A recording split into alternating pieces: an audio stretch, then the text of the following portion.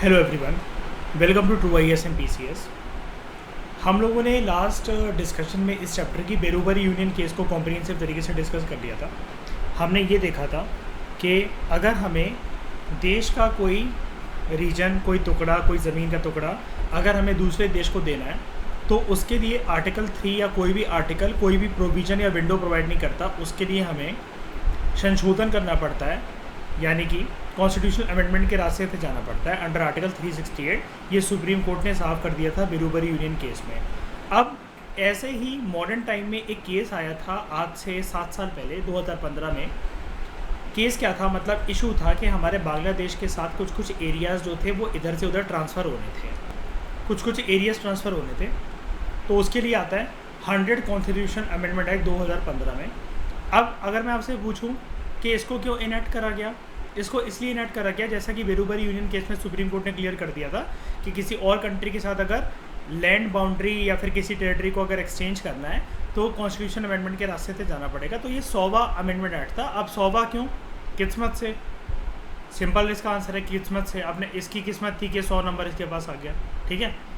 It was enacted ताकि हम किस चीज़ को इम्प्लीमेंट कर सकें, टू गिव इफेक्ट कि हम सर्टेन टेरिटरीज़ जो है बाय इंडिया उसको एक्वायर कर सकें, ठीक है, और कुछ चीज़ें बांग्लादेश की तरफ ट्रांसफ़र कर सकें। दोनों कंट्रीज़ के बीच में कुछ रीजन्स जो इधर से उधर थे वो ट्रांसफ़र होने थे। इसके लिए एग्रीमेंट साइन हुआ, प्रोटोकॉल साइन हुआ, और दोनों देश की जो सरकारें थी वो इस चीज़ को इफेक्ट में लेकर आती हैं। भारत के उस टाइम पर प्रधानमंत्री थे नरेंद्र मोदी, और बांग्लादेश के प्रधानमंत्री जो थी वो शेख हसीना। आज भी दोनों यही हैं, ठीक है। इस डील के अनुसार इंडिया ने 111 एनक्लेव जो थे वो बांग्लादेश को, ज़मीन के टुकड़े, कुछ गाँव कह लो, मतलब ऐसा ट्रांसफ़र करा बांग्लादेश को, और बांग्लादेश ने बदले में 51 एनक्लेव ट्रांसफ़र करे। ये बहुत पुराने टाइम से, जब से ईस्ट पाकिस्तानी था तब से विवाद इनके बीच में थोड़ा थोड़ा चल रहा था। पहले ये विवाद एक्चुअली सीमित था कि बांग्लादेश के बगल में वेस्ट बंगाल है, तो ममता बनर्जी जो थी वो हमेशा से, मतलब कुछ उनका वाद विवाद रहता था बांग्लादेश की सरकार के साथ। फिर जब सरकार ने सोचा हमारे देश की कि सेंट्रल लेवल से इंडिया पे जाकर और सेंट्रल लेवल से बांग्लादेश पे जाकर सॉल्व करते हैं, तो दोनों के दोनों देश के प्रधानमंत्री ने आपस में बैठकर बात करी। अब ये पुराना मुद्दा हो गया, अगर उस टाइम का होता, एग्जाम में पूछा भी जा चुका है, तो काइंड ऑफ मयूर समझ रहे हो, टेस्टेड जोन हो गया ये। अब इसकी कोई महत्वता नहीं है, लेकिन फिर भी मैं इसलिए बता दे रहा हूँ ताकि थोड़ा बहुत पता रहे, ठीक है। तो इन एडिशन ये जो डील थी, इट ऑल्सो इन्वॉल्व कि जो एडवर्स पोजीशन से अगर गलती से रखे हुए हैं या फिर बाउंड्री का डिमार्केशन अच्छे से नहीं हुआ था, तो चलो आप बाउंड्री अच्छे से खींच लेते हैं ताकि वाद विवाद ना रहे। बॉर्डर जो है जहाँ से बना हुआ है हमारे दोनों देशों का, अब क्योंकि ब्रह्मपुत्र जो रिवर आती है वो पूरा का पूरा फ्लड प्लेन लेकर आती है, तो वो बॉर्डर अच्छे से नहीं बन पाते, तो चलो अच्छे से बाउंड्री वगैरह भी खींच लेते हैं। तो ये सारी इशू, मतलब कुल मिलाकर लैंड बाउंड्री और एक्सचेंज का एक कंप्लीट सेटअप था ये 100th अमेंडमेंट एक्ट। तो यहाँ पर एडवर्स पोजीशन और डिमार्केशन, कितनी टेरिटरी की कितने किलोमीटर, अब ये पूछा जा सकता है अलग अलग एग्जाम्स के अंदर। 6.1 किलोमीटर जो अनडिमार्केटेड स्ट्रेच बॉर्डर था, इसको डिमार्केट करने की यानी कि बनाने की बात करी गई। अब ये 3 पर्पसेस के लिए, 3 पर्पस कौन से आपको दिखे? एक ये एनक्लेव्स का एक्सचेंज होना, नंबर 1, दूसरा एडवर्स पोजीशंस, और तीसरा बॉर्डर का खींचना, ठीक है। इसके लिए हम अमेंडमेंट लेकर आए भारत की सरकार अपने देश में, ताकि हम ये जो टेरिटरीज़ हैं उसमें अब ये डिमार्केट होगा बॉर्डर, और कुछ चीज़ें इधर जाएंगी, तो देश के जो राज्य से प्रभावित होंगे, जैसा कि मैंने प्रीवियस लेक्चर के अंदर बताया था, उनका नक्शा बदलेगा। तो 4 स्टेट इस क्या कहते हैं 100th अमेंडमेंट एक्ट से और बांग्लादेश को टेरिटरीज एनक्लेव्स ट्रांसफ़र करे जाने से, बाउंड्री खींचने से और एडवर्स पोजीशन करे जाने से इनका नक्शा चेंज हो रहा था। ये 4 स्टेट प्रभावित हुए थे। ये क्वेश्चन भी आज के टाइम में इम्पोर्टेंस रखता है कि लेटेस्ट जो कुछ साल पहले इंडिया के अंदर एक कौन सी कंट्री के साथ लैंड बाउंड्री एग्रीमेंट साइन होते हुए 4 राज्यों का पॉलिटिकल नक्शा बदल गया। तो उसका आंसर है असम, दूसरा वेस्ट बंगाल, तीसरा मेघालय, और चौथा त्रिपुरा। बांग्लादेश के बगल में इर्द गिर्द जो टेरिटरीज हैं, इसकी वजह से ये मुद्दा आपको दिख रहा है यहाँ पर, ठीक है। और ये जो हेरा फेरी थी, हेर बदल थी, ये कहाँ करी गई? हेरा फेरी नहीं कहना चाहिए, सॉरी, हेर बदल जो थी, चेंजेस जो थे वो कहाँ करे गए? First schedule of the constitution, क्योंकि यही वो शेड्यूल है जो कि बात करता है कि ओरिजिनल स्टेट कैसी होती है, उनकी बाउंड्री कैसी होती है। हमने सारा स्टेट को इस चैप्टर को यहीं से पढ़ा था कि स्टेट्स का डिमार्केशन वगैरह कैसे होता है। आर्टिकल 1, आर्टिकल 2, आर्टिकल 3 को समझा था, बेरूबरी यूनियन केस को समझा था, और यही केस की झलक हमें 2015 में इंडिया और बांग्लादेश के कंटेक्स्ट में देखने को मिलती है। बैकग्राउंड क्या था इस अमेंडमेंट का? इंडिया और बांग्लादेश जो है उनका एक कॉमन लैंड बाउंड्री होती है, ठीक है, हमें भी पता है 4096.7 किलोमीटर की। अब ये वाले जो फैक्ट्स होते हैं अभी आप पॉलिटी में ध्यान दो ना दो, लेकिन जीएस पेपर 3 में जो इंडिया की बॉर्डरिंग कंट्रीज़ हैं, तो जो इंटरनल सिक्योरिटी जो टॉपिक है उसमें आपको पता होना चाहिए, क्योंकि जब भी आप भारत का नक्शा अगर बनाओगे तो आपको पूरा का पूरा पाकिस्तान, चाइना, बांग्लादेश, भूटान, नेपाल, म्यांमार, श्रीलंका, मालदीव्स, इन सब का एरिया पता होना चाहिए कि भारत की सीमा के साथ स्पेशली जो लैंड जो बाउंड्री जो शेयर होती है तो वो कितना एरिया कौन सी स्टेट के कौन सी कंट्री के साथ हम कितना शेयर करते हैं। इंडिया और ईस्ट पाकिस्तान जो लैंड बाउंड्री जो थी, ये रेडक्लिफ कमेटी या रेडक्लिफ अवार्ड कह लो, अवार्ड मतलब एक वर्डिक्ट, एक जजमेंट, उसके तहत ये डिसाइड करी गई थी 1947 के अंदर, जब पाकिस्तान का दूसरा भाग ईस्ट पाकिस्तान हमने पाकिस्तान को दे दिया था, ठीक है। अब डिस्प्यूट कब होता है? डिस्प्यूट इस बात से आया कि कुछ जो प्रोविजंस जो थी रेडक्लिफ अवार्ड ने जब डिसाइड करा था कि इतना तय सीमा ईस्ट पाकिस्तान का हिस्सा होगा, ठीक है, इसके लिए कुछ सालों बाद, 3 साल बाद लगभग, एक आया बैगे अवार्ड, ठीक है। अब ये समझ रहे हो ना, being a political science student with maturity, की अवार्ड कोई ट्रॉफी नहीं है, इतना तो मैं एक्सपेक्ट कर सकता हूँ आपसे। ये जजमेंट्स हैं, इंटरनेशनल एक्टर्स, आपको पता ना हमेशा इंडिया पाकिस्तान के युद्ध में बीच में जैसे वर्ल्ड बैंक आया था इंडस वाटर ट्रीटी करवाने और ये सब करवाने, तो this is just a verdict of various international committees and international actor. Another effort इस डिस्प्यूट को सेटल करने के लिए, इंडिया और ईस्ट पाकिस्तान की बाउंड्रीज को सेटल करने के लिए, नेहरू और नून का एक एग्रीमेंट हुआ था 1958 में। पाकिस्तान और इंडिया के प्रीमियर्स मतलब यहाँ पर मिले थे। हाउएवर जो इशू था relating to division of Berubari union, इसको सुप्रीम कोर्ट में चैलेंज कर दिया गया था, हमने प्रीवियस चैप्टर्स के अंदर, प्रीवियस लेक्चर के अंदर देख लिया था। अब सुप्रीम कोर्ट के इस ओपिनियन को कंप्लाई करने की वजह से कॉन्स्टिट्यूशन ने, आपको पता है उस टाइम पर 9th कॉन्स्टिट्यूशनल अमेंडमेंट एक्ट आया था, ठीक है, 1960 में, जिसको पार्लियामेंट ने पास कर दिया था। अब यहाँ पर क्या हुआ, कॉन्टीन्यूस लिटिगेशन यहाँ पर चल रही थी और दूसरी पॉलिटिकल डेवलपमेंट्स यहाँ पर हो रही थी, तो कॉन्स्टिट्यूशन जो था 9th अमेंडमेंट एक्ट जो 1960 आता है, it could not be notified in respect of territories in farmer east Pakistan, यानी कि बेरूबरी यूनियन को दे दिया गया हमने पाकिस्तान को, उतना सीमित था, लेकिन 9th अमेंडमेंट एक्ट के अंदर जो हमारे ईस्ट पाकिस्तान के साथ जो टेरिटोरियल डिस्प्यूट्स रह गए थे, इसमें 9th अमेंडमेंट एक्ट में उसका जिक्र कंबाइंड रूप से नहीं करा गया। इस बात को समझो कि बेरूबरी यूनियन का भी इशू, पाकिस्तान दो साइड था ना, वेस्ट पाकिस्तान, ईस्ट पाकिस्तान, कि वेस्ट पाकिस्तान के साथ भी जो टेरिटोरियल जो जगह हैं, जो टेरिटरीज है, जिसको लेकर वाद विवाद है, कि 9th अमेंडमेंट एक्ट, आप ऐसा सोचो, राइटर आपको ये बता रहा है यहाँ पर कि आप ये सोचो कि 9th अमेंडमेंट एक्ट ने वेस्ट पाकिस्तान की भी टेरिटरीज का डिस्प्यूट रिजॉल्व हो गया था और ईस्ट पाकिस्तान का भी, तो ऐसा नहीं हुआ था। ये ईस्ट पाकिस्तान ने अड़ंगा डाल रखा था। पाकिस्तान जो दो बने थे अलग अलग इधर उधर, एक लेफ्ट साइड एक राइट साइड, तो राइट साइड वाला यानी कि ईस्ट पाकिस्तान का इशू उसमें डील नहीं हुआ था 9th अमेंडमेंट एक्ट में। इसलिए 9th अमेंडमेंट एक्ट में वो टेरिटरीज जो कि ईस्ट पाकिस्तान में आती थी, आज के टाइम में जो बांग्लादेश है, उनको नोटिफाई नहीं करा गया, उनके साथ वाद विवाद ये कंटिन्यू रहा। तो 4A यहाँ पर दे रखा है, लेकिन ये ब्लू में नहीं है, तो हम एक बार चल के देखते हैं। 4A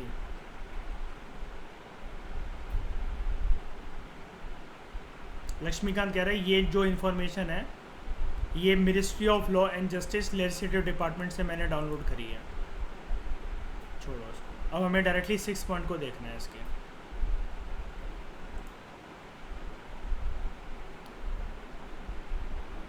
ओके, पहला आपको समझ में आ गया होगा।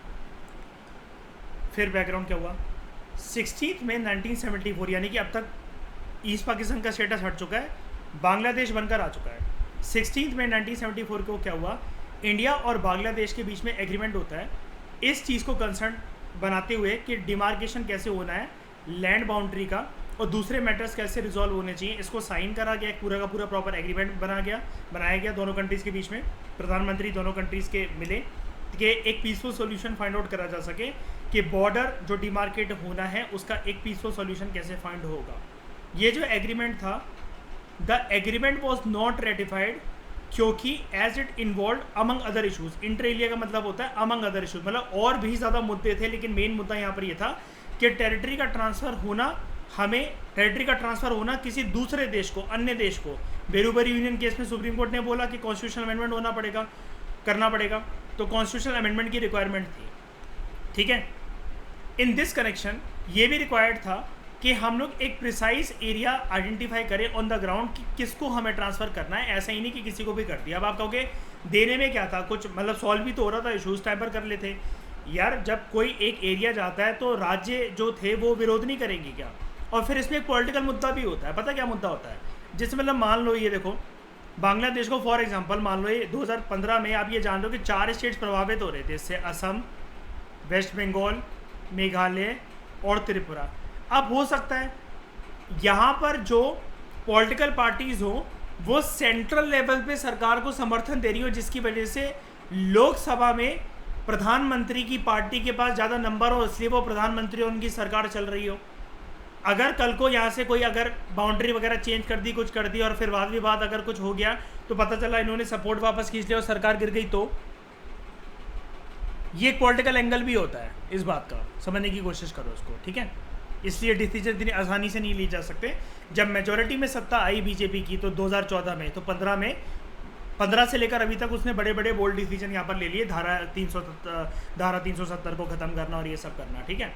सब्सिक्वेंटली जो इश्यूज़ थे relating to demarcation of undemarcated boundary, जो अभी तक डिमार्केट नहीं करी गई थी, बनाई नहीं गई थी, ठीक है, और जो टेरिटरीज थी एडवर्स पोजीशन के अंदर जो एनक्लेव्स एक्सचेंज करने थे, इसको रिजॉल्व करा गया एक प्रोटोकॉल को साइन कर 6 सितंबर 2011 में, कि ये टेम्परेरी तरीके से बोल दिया कि हम सॉल्व करेंगे इसको, प्रोटोकॉल मतलब सॉल्व करेंगे एक टाइम पर आने के बाद।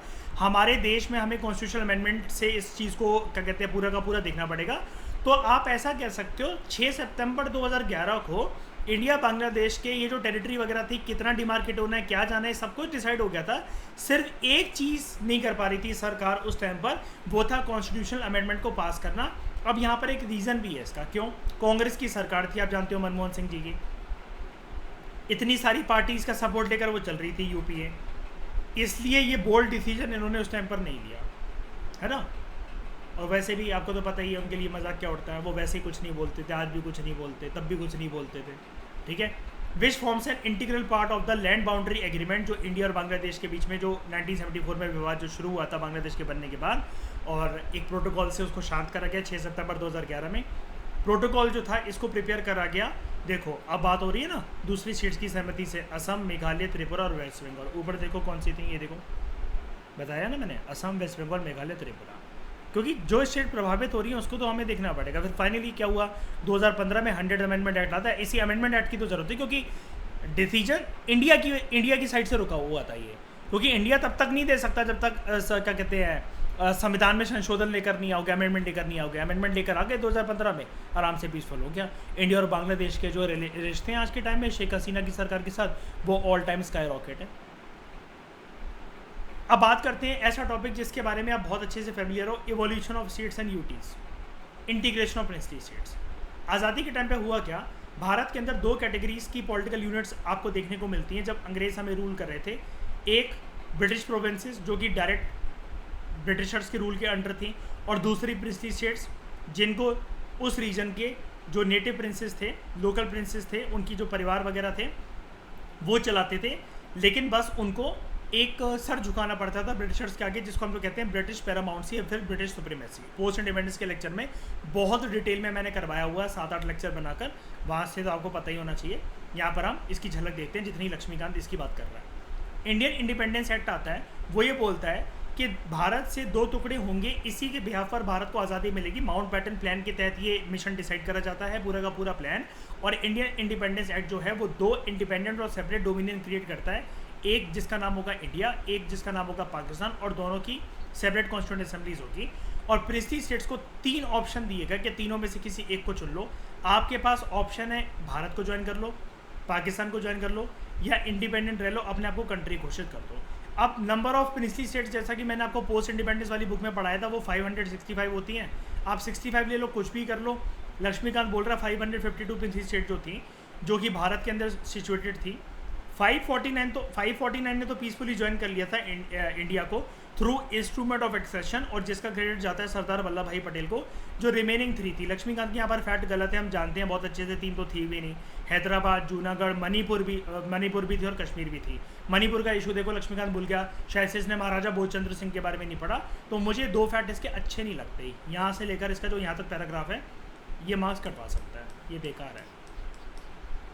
पोस्ट इंडिपेंडेंस इसके लिए जो मेरे लेक्चर्स हैं उसको देखना, जो हमने पहली बुक का पहला चैप्टर कंप्लीट कर रखा है। हाउएवर हुआ क्या, जैसे जैसे टाइम आगे बीता तो ये भी इंटीग्रेट हो गए इंडिया के साथ। हैदराबाद पुलिस एक्शन की वजह से गलत लिखा हुआ है, आर्मी एक्शन हुआ था साफ साफ, ठीक है।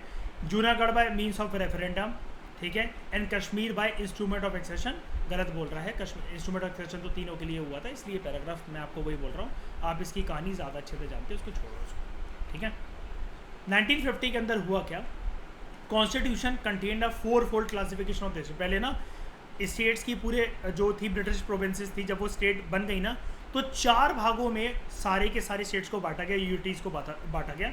Part A state, part B state, part C state और पार्ट डी स्टेट, ठीक है। और 5th पॉइंट क्या है, 5th तो हमें देखना भी नहीं है मेरे ख्याल से। हाँ ठीक है, छोड़ो, अभी हम टेबल देखते हैं इसका। कितनी थी ये part 1 A B C D करके, 29 स्टेट्स। पार्ट ए के अंदर 9 अर्सवाइल गवर्नर प्रोविंसेस थे ब्रिटिश इंडिया के। पार्ट बी में 9 अगेन प्रिंसली स्टेट्स थी जिनके पास लेजिस्लेचर था, ध्यान से सुनना, जिनके पास लेजिस्लेचर था। पार्ट सी में चीफ कमिश्नर प्रोविंसेस थे ब्रिटिश इंडिया के और कुछ अर्सवाइल प्रिंसली स्टेट थी, ठीक है। ये जो पार्ट सी की स्टेट्स थी, टोटल इनका नंबर 10 था। ये सेंट्रली एडमिनिस्ट्रेट थी, यानी कि डायरेक्ट सेंट्रल गवर्नमेंट इनको चलाएगी, काइंड ऑफ यूटीज़ का कंसेप्ट जैसे होता है। और डी में सिर्फ एक था, अंडोमान एंड निकोबार आइलैंड, ठीक है, इसको अलग रखा गया। अब कुछ कमेटीज़ आती हैं, धर कमीशन एंड जेवीपी कमेटी। जो इंटीग्रेशन था प्रिंसली स्टेट्स का पूरे भारत के साथ, ठीक है, ये एक प्रकार से टेम्प्रेरी अरेंजमेंट की तरह लग रहा था। एडहॉक अरेंजमेंट मतलब टेम्प्रेरी अरेंजमेंट, एडहॉक फैकल्टीज होती हैं जैसे यूनिवर्सिटीज़ वगैरह में। तो एक डिमांड ये उठी डिफरेंट रीजन से, पर्टिकुलरली साउथ इंडिया से, कि स्टेट्स को ना रीऑर्गेनाइज करो ऑन लिंग्विस्टिक बेसिस, लैंग्वेज के बेसिस पर। अकॉर्डिंगली इसके लिए जो कि आपका पोस्ट इंडिपेंडेंस में मिसिंग था, लेकिन लक्ष्मीकांत इसका वैल्यू एडिशन यहाँ पर करेगा। अब ये पैराग्राफ इंपॉर्टेंट है, और वहाँ हमने जहाँ पोस्ट इंडिपेंडेंस में पढ़ा था ये दे नहीं रखा था। तो हुआ क्या, जून 1948 में भारत की सरकार ने एक लिंग्विस्टिक प्रोविंसेस कमीशन का गठन करा, एस.के. धर की अध्यक्षता के अंदर। इसको जाना जा सके कि क्या ये कितना फीजिबल स्टेप है, क्या इससे लड़ाई झगड़े दंगे या फिर भाषा के बेसिस पर बहुत सारे लोग डिमांड तो नहीं करने लगे कि क्या अलग अलग स्टेट बना दो। इस कमीशन ने कब गठन करा गया, जून 1948 में ना, दिसंबर 1948 में इस कमीशन ने अपनी रिपोर्ट दी, एस.के. धर की अध्यक्षता में जो बनी थी।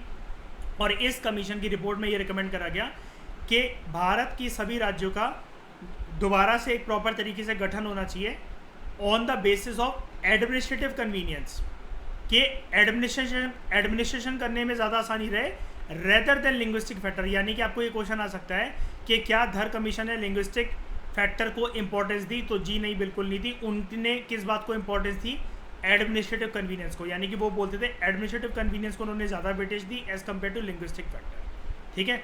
इसकी वजह से जो दक्षिण भारतीय जो राज्य थे, साउथ इंडिया के जो स्टेट्स थे, वो अगेन वो धरना प्रदर्शन और ये सब होता रहा।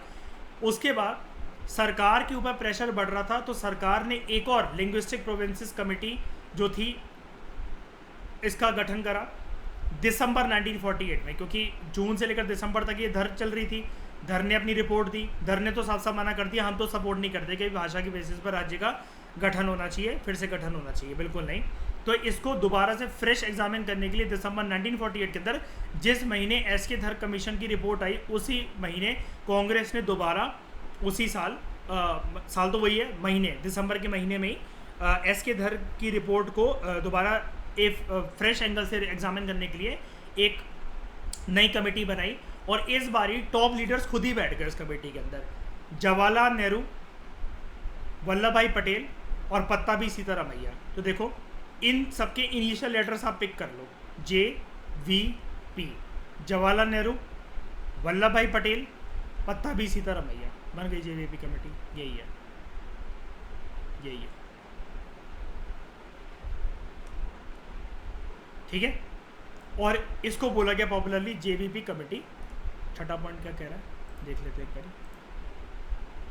इसमें कोई भी चेयरमैन और कन्वीनर नहीं था, क्योंकि इन लोगों को, ये टॉप के लीडर से, इन लोगों को पता था कि मुद्दा क्या रिजॉल्व करना है, तो इन्होंने सोचा टाइम वेस्टिंग है, अभी कोई लीडर वीडर नहीं, हमारे बीच में तो आपस में अच्छे से बनती है, हम डिसाइड कर लेते हैं, हम एक रिपोर्ट मतलब कॉम्प्रिहेंसिव तरीके से देते हैं, देखते हैं कि धर कमीशन ने क्या सच में जो बोला क्या एडमिनिस्ट्रेटिव कन्वीनियंस के बेसिस पर होनी चाहिए, और जो उन्होंने रिजेक्ट करा लिंग्विस्टिक फैक्टर को, क्या ये कितना फीजिबल है।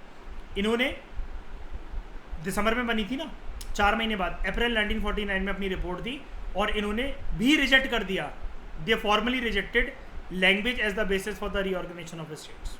इन्होंने बोला लैंग्वेज के बेसिस पर नहीं हो सकती, यानी कि अगर आपसे कोई पूछे क्या इसके बीच में पैरेलल रिलेशन था, तो जी हाँ था। क्या था? Language as a factor for the reorganisation of states, इसको इन्होंने खारिज कर दिया था, दोनों के दोनों, धर कमीशन ने भी और जेबीबी कमेटी ने भी। अब जो 4 मैंने आपको स्टेट्स पढ़ाई, इसमें से देखो क्वेश्चन बहुत एंगल से जैसे अलग अलग बनते हैं, मैं इसको कैसे प्रिपेयर करता हूँ आप भी अपने हिसाब से देख सकते हो।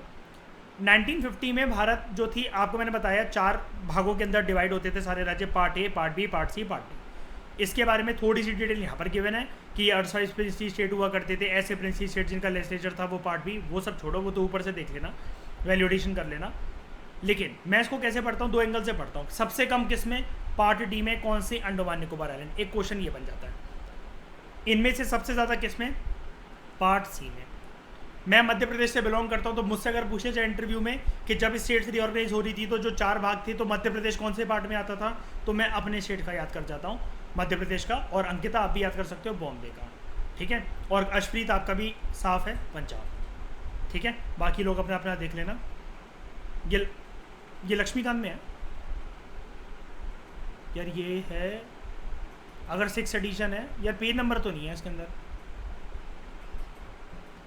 आपके पास कौन सी? अच्छा 5th एडिशन है क्या आपके पास? नहीं तो 5th एडिशन है आपके पास, ग्रीन वाली, तो फिर तो होना चाहिए, देख लेना एक बारी। ठीक, नहीं होगा तो मैं दे दूंगा सब कुछ, ये पीडीएफ तो पड़ी हुई है, मैं दे दूंगा, कोई टेंशन नहीं है। कोई वैल्यू एडिशन होगा ले लेना, एक पेज के लिए हमें कोई बुक थोड़ी ना खरीदनी है। ठीक है। तो ओरिजिनल पार्ट जो थे कॉन्स्टिट्यूशन के, जो कि पहले इन part A, part B, part C के साथ डील करते थे, तो पहले पार्ट 6 जो था वो डील करता था पार्ट ए स्टेट्स के साथ, आर्टिकल यहाँ से यहाँ। पार्ट 7 पार्ट बी के साथ डील करता था, पार्ट 8 पार्ट सी के साथ डील करता था, और पार्ट 9 पार्ट डी के साथ डील करता था। ये थे पहले। अब आप पूछोगे क्या ये याद करना है? यूपीएससी के लिहाज से तो फाड़ सकते हो, स्टेट पीएससी में सिलेक्शन चाहिए तो वर्ड टू वर्ड याद होना पड़ेगा, याद करना पड़ेगा। ठीक है। However in October 1953 government of India was force to create the first linguistic state. सरकार को घुटने टेकने ही पड़े, आंध्र स्टेट बनाई गई, क्योंकि सेपरेट तेलुगु स्पीकिंग एरियाज के लिए, मद्रास स्टेट से अलग करके, क्योंकि एक बहुत लंबा 56 डेज का करवा चौथ रखा गया था एक लीडर के द्वारा, पी श्रीरामुलु, पोट्टी श्रीरामुलु। इनकी मृत्यु हो गई थी। ये कांग्रेस के ही एक पर्सन थे जो कि विरोध में उतर आए थे, और Andhra Pradesh was the first state to be form on the linguistic basis. ठीक है। फिर एक कमीशन बनती है, फैजल अली कमीशन। तो अगर आप टाइमलाइन देखो, अगर आपसे कोई क्रोनोलॉजी पूछे, और यूपीएससी 2013 से लेकर जब से सिलेबस चेंज हुआ था 2022 तक, इसके ऊपर क्वेश्चन पूछ चुका है, एक बार ही पूछ चुका है, 1 या 2 बार पूछ चुका है। स्टेट पीएससी को तो है ही, होते ही फेवरेट, हर 3 साल में एक बार तो चला ही आता है। जब भी जैसे नेशनल लैंग्वेज पॉलिसी बन रही है, कभी कोई स्कूल के कुछ करिकुलम पॉलिसी बन रही है, तो उसके ऊपर वो पूछ लेते हैं जब भी लैंग्वेज का कोई मुद्दा या कहीं पर उठता है, तो वो, और लोग कहते हैं फिर करंट अफेयर से कवर हो गया। भाई लक्ष्मीकांत को एक बारी अच्छे से दिमाग में बैठा लो, कोई सा भी करंट अफेयर चलने तो तुम्हें क्या फ़र्क पड़ता है। ठीक है। तो हमने अगर इसको ट्रैक करें तो सबसे पहले कौन सी? एस के धर कमीशन, नंबर 2 जेबीबी कमेटी, अब नंबर 3 आ रही है फैजल अली कमीशन। ठीक है। जो आंध्र स्टेट क्रिएट हुआ उसने इंस्पिरेशन ले ली सारे स्टेट्स ने, डिमांड इंटेंसिफाई हो गई दूसरे रीजन्स में भी कि लिंग्विस्टिक बेसिस पर स्टेट्स बनने चाहिए। सरकार फोर्स हो गई दिसंबर 1953 के अंदर एक कमीशन बनाने के लिए, स्टेट रीऑर्गेनाइजेशन कमीशन SRC, ये जाके फाइनली बनी, और इसको लीड कर रहे थे, जो कि पोस्ट इंडिपेंडेंस में दे नहीं रखा था, फैजल अली। ठीक है। कि पूरे क्वेश्चन को री एग्जामिन करा जाए। एस के धर ने बोला लिंग्विस्टिक फैक्टर बकवास, जवाहरलाल नेहरू, वल्लभ भाई पटेल, पत्ताभी सीतारमैया, जेबीबी कमेटी ने बोला लिंग्विस्टिक फैक्टर बकवास। अब ये फैजल अली कमीशन क्या बोलती है देखते हैं। इसके 2 अन्य मेंबर और थे फैजल अली कमीशन, क्योंकि फैजल अली इसके अध्यक्ष थे, KM पनिकर और HN कुंजरू। ये इंपॉर्टेंट है, बिल्कुल आ सकता है इसके ऊपर क्वेश्चन। इन्होंने अपनी रिपोर्ट दी सितंबर 1955 में, और ब्रॉडली इन्होंने एक्सेप्ट कर लिया कि लैंग्वेज जो है वो बेसिस बनेगा और for the reorganisation of state. लेकिन इन्होंने इस बात को रिजेक्ट कर दिया कि देश में ये नहीं हो सकता कि सदर्न स्टेट्स अगर डिमांड कर रहे हैं तो इंग्लिश को नेशनल लैंग्वेज बना दो, या नॉर्दर्न स्टेट्स अगर डिमांड कर रहे हैं तो हिंदी को नेशनल लैंग्वेज बना दो। ना, इन्होंने इस थ्योरी को रिजेक्ट कर दिया। वन लैंग्वेज वन स्टेट का फॉर्मूला फॉलो नहीं होगा। ना कोई भी राज्य ऐसा है देश में, ना कोई भी गली ऐसी है, ना पहाड़ पे रहने वाले कोई भी व्यक्ति ऐसी है, ना जंगल पे रहने वाले कोई भी ट्राइब ऐसी है, ना किसी एक रीजन के अंदर, पूरी स्टेट के अंदर, पूरे देश के अंदर कि एक गली, एक मोहल्ले, एक जंगल, एक पहाड़, एक राज्य के अंदर सारे एक ही प्रकार से सिमिलर भाषा बोलने वाले लोगों। हिंदुस्तान में ये पॉसिबिलिटी नहीं है। तो ये बकवास कंसेप्ट है कि हम नेशनल लैंग्वेज कभी कोई क्रिएट करे देश की, ये हो ही नहीं सकता। क्योंकि दक्षिण भारत ये बोलेगा, मतलब उनका ये बोलना था, अगर मैं आपको अच्छे अपनी लैंग्वेज में बताऊं, इनका ये बोलना था भैया सेंट्रल हाईलैंड्स को जैसे ही क्रॉस करोगे ना तो ज्योग्राफी में एक चीज़ देखने को मिलती है, peninsular plateau, Deccan plateau. Deccan plateau में जैसे ही तुमने कदम रखा वो कहेंगे इंग्लिश को बना दो नेशनल लैंग्वेज। डेक्कन प्लेट्यू के ऊपर चले जाओ, सेंट्रल प्लेट्यू, चंबल पंबल के ऊपर चले जाओ तो वो मध्य प्रदेश के बाद के जो ऊपर वाले राज्य कश्मीर तक वो बोलेंगे हिंदी को बना दो। फिर अगर तुम नॉर्थ ईस्ट से पूछोगे वो बोलेंगे असामीज और इन सबको बना दो। वेस्टर्न साइड पूछोगे तो वो बोलेंगे गुजराती को बना दो। तो वो बोलते, वो इनका ये बोलना था, हर कोई अपनी डिमांड करने लगेगा।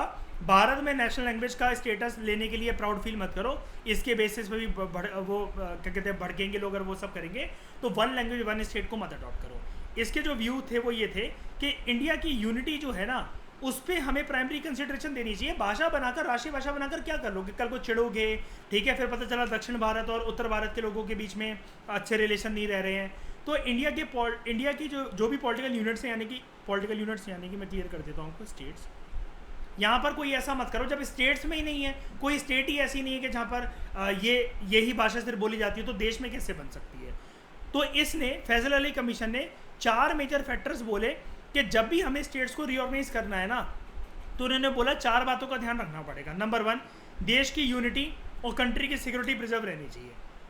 दूसरा, लिंग्विस्टिक और कल्चरल होमोजेनिटी जो है उस पर हमें देखना पड़ेगा कि होमोजीनियस जो है लोग ना सिमिलर नेचर के हो, मतलब नेचर की ना हो, लिंग्विस्टिक बेसिस पर और कल्चरल बेसिस पर जहाँ जहाँ समानताएं हैं वहाँ पर मुख्य लैंग्वेजेस को अडॉप्ट करा जा सकता है। यानी कि सब कुछ बोलना हर किसी को अलाउड है, कोई भी चीज़ मतलब ऐसी नहीं है कि जो नहीं बोली जा सकती। इवन पार्लियामेंट्री लैंग्वेजेस आप जानते हो जिसको इंग्लिश बोलनी है, अपनी भाषा बोलनी है।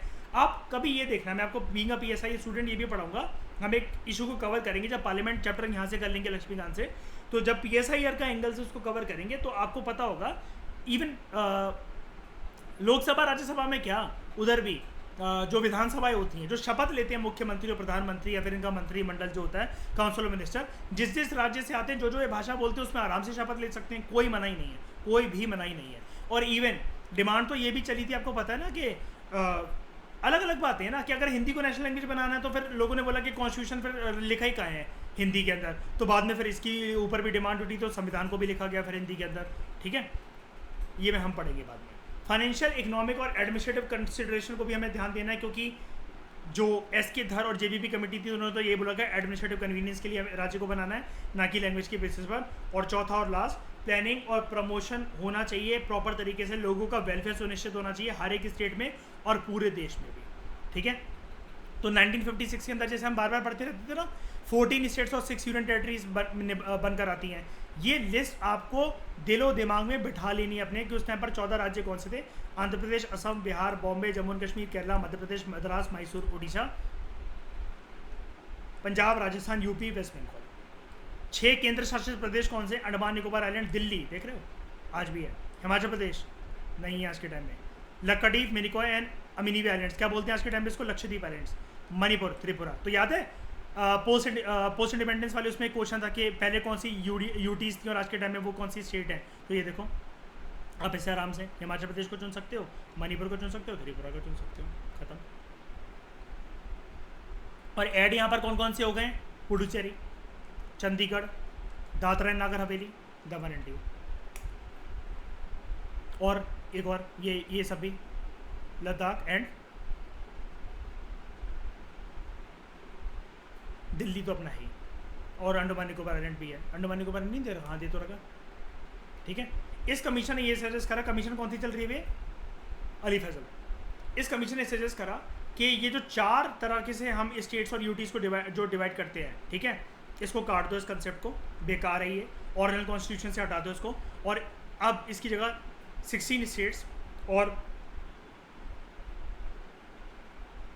गलत, ठीक है, जो बुरा का बुरा reorganisation, 14 states and 6 union territories, 14 states and 6 union territories.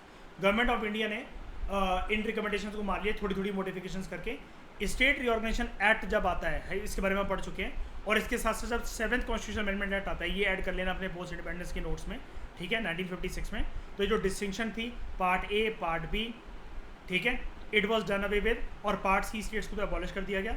Some of them were merge with adjacent states, और कुछ जो थी डेजिग्नेट करेगी। एज अ रिजल्ट 14 स्टेट्स और 6 यूनियन टेरिटरीज जो है वो बनकर आती हैं, जिसको 1 नवंबर 1956 को फाइनली इंप्लीमेंट करा गया इस पॉलिसी को। 7th पॉइंट क्या है, टेबल देखनी है, छोड़ो, ठीक है। अब स्टेट रिऑर्गेनाइजेशन जो एक्ट आता है, उसने क्या क्या स्टेट वो करा, एस्टैब्लिश करा। नई स्टेट बनी केरला, कैसे, मर्ज करके ट्रेवेंकोर कोचिन स्टेट्स को with Malabar districts of Madras state and Kasaragod of south Kannada, दक्षिण कन्नड़, ठीक है। फिर मर्ज करा गया तेलुगु स्पीकिंग एरियाज को, Hyderabad state with Andhra state to create Andhra Pradesh, Madhya Bharat state, Vindhya Pradesh state और भोपाल स्टेट्स को मध्य प्रदेश बनाया गया। सौराष्ट्र स्टेट और कच्छ स्टेट को बॉम्बे स्टेट बनाएगा। कूर्ग स्टेट मैसूर स्टेट में मर्ज हुई।